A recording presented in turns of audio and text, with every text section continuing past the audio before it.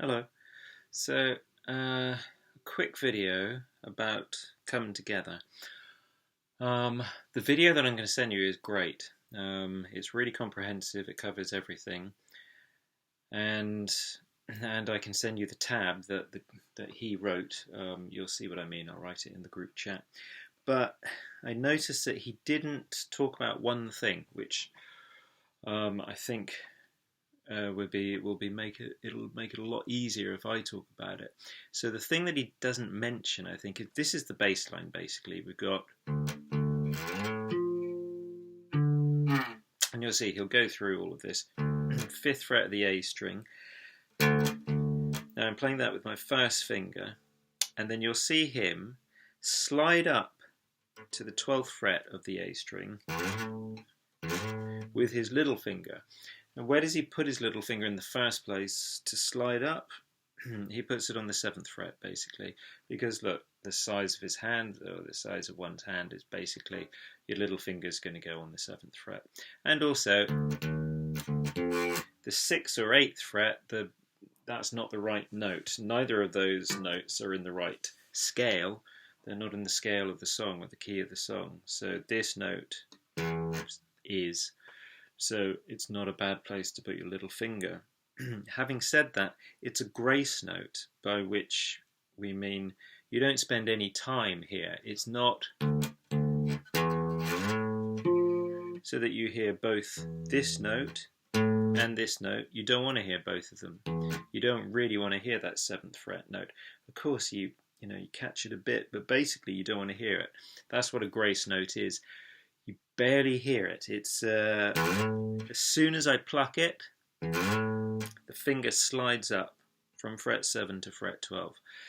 You'll see him, like I said, using his little finger. You could use your 3rd finger if you find that easier.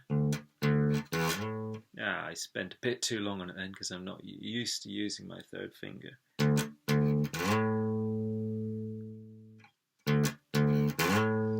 Yeah. Or with my little finger.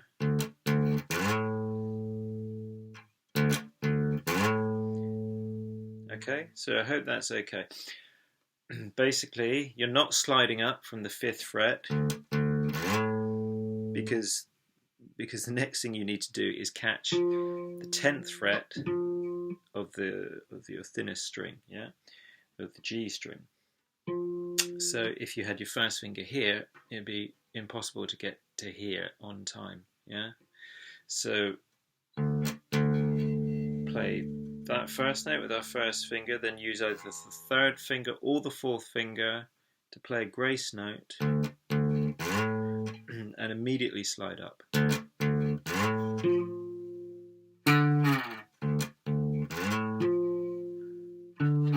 And you can see that you're sliding down as well.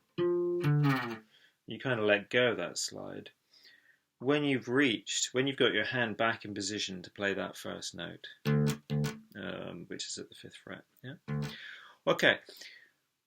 That was all I really wanted to say. As long as you know that, the whole thing's pretty easy. Although now that I think of it, one more point. That line is over a D chord. It's over a D minor chord.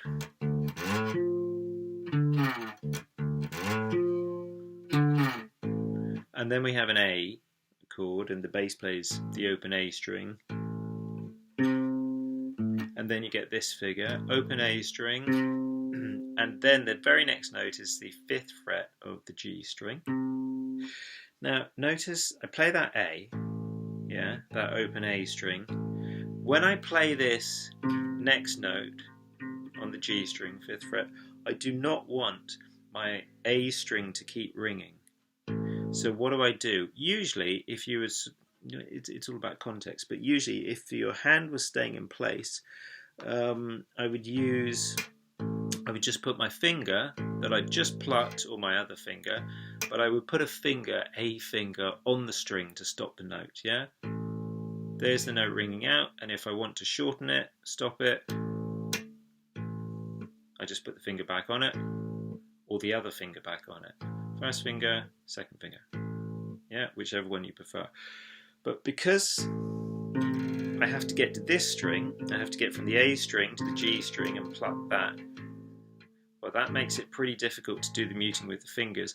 So what you'll see him do, although he doesn't mention it, his thumb moves from resting on the E string when he's playing the A string to resting on the A string when he's playing the G string.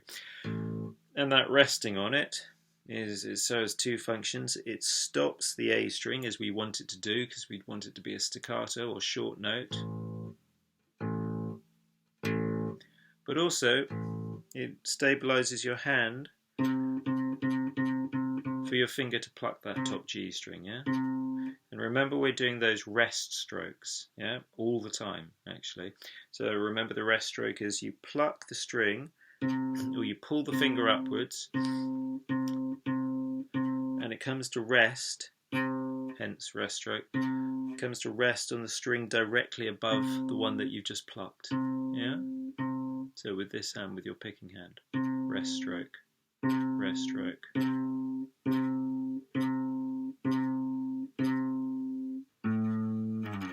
Okay? Okay, those were the only 2 points I wanted to mention. I think knowing that, the video that I'm going to send you of the guy doing it, what's he called, Stuart Clayton, is very good. Okay, hope that's alright.